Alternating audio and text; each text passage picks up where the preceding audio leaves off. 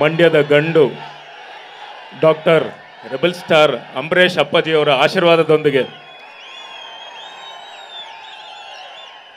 ಎಲ್ಲ ನಮ್ಮ ಮಂಡ್ಯದ ಅಣ್ಣ ತಮ್ಮಂದಿರಿಗೂ ಅಕ್ಕ ತಂಗಿಯರಿಗೂ ಎಲ್ರಿಗೂ ರೈತರ ದಿನಾಚರಣೆ ಶುಭಾಶಯಗಳು ಹೇಳ್ತಾ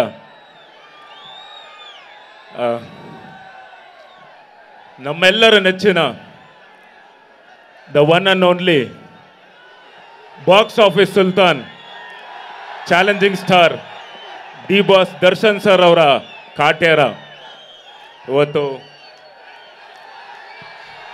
ಬಂದೆ ಮಾತಾಡ್ತೀನಿ 2 ನಿಮಿಷ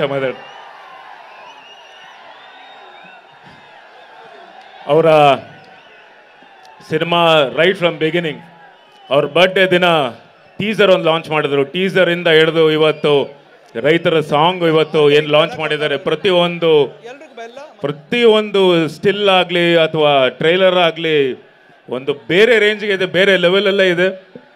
ಸೊ ಅದಕ್ಕೆ ನಾನು ಥ್ಯಾಂಕ್ಸ್ ಹೇಳಬೇಕು. ಅಂದರೆ ನಮ್ಮ brother from another mother Tarun Sudhir ಅವರು ಆ್ಯಂಡ್ ರಾಕ್ಲಿನ್ ಸರ್ ಅವರು ಅವರ ಒಂದು ನಿರ್ಮಾಣದಲ್ಲಿ ಬರ್ತಿರೋವಂಥ ಸಿನಿಮಾ. ಹಾಗೆ ಸುಮಲತಾ ಅವ್ರಿಗೆ ನಮಸ್ಕಾರ ಅಂತ ಹೇಳ್ತಾ, ನಮ್ಮ ಇಡೀ ಚಿತ್ರತಂಡ ಇವತ್ತಿಲ್ಲಿದೆ.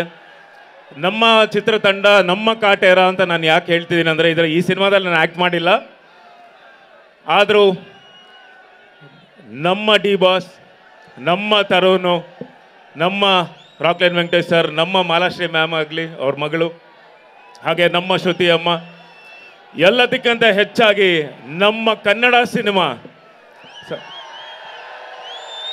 ಅದಕ್ಕೆ ನಮ್ಮ ಸಿನಿಮಾ ಅಂತ ಹೇಳ್ತಿದ್ದೀನಿ. ಇದೇ 29ನೇ ತಾರೀಕು ಕರ್ನಾಟಕ ರಾಜ್ಯಾದ್ಯಂತ ತೆರೆ ಕಾಣ್ತಿದೆ.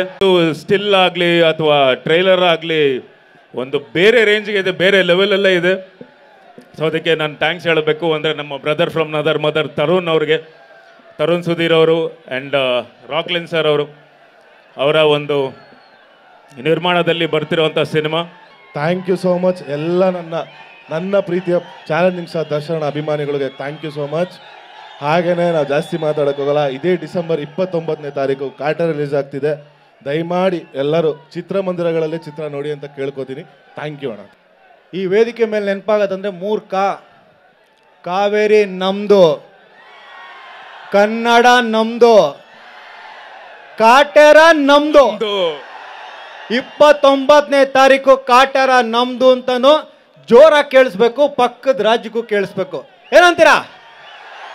ಆಲ್ ದ ಬೆಸ್ಟ್ ಎಲ್ಲರಿಗೂ all the best. Thank you. ಮಂಡ್ಯಗೆ ಬಂದ ಮೇಲೆ ಒಬ್ಬರು ವ್ಯಕ್ತಿನ ನಾವು ನೆನೆಸ್ಕೊಳ್ಳೇಬೇಕು. ನಮ್ಮ ರೆಬೆಲ್ ಸ್ಟಾರ್ ಅಂಬರೀಷ್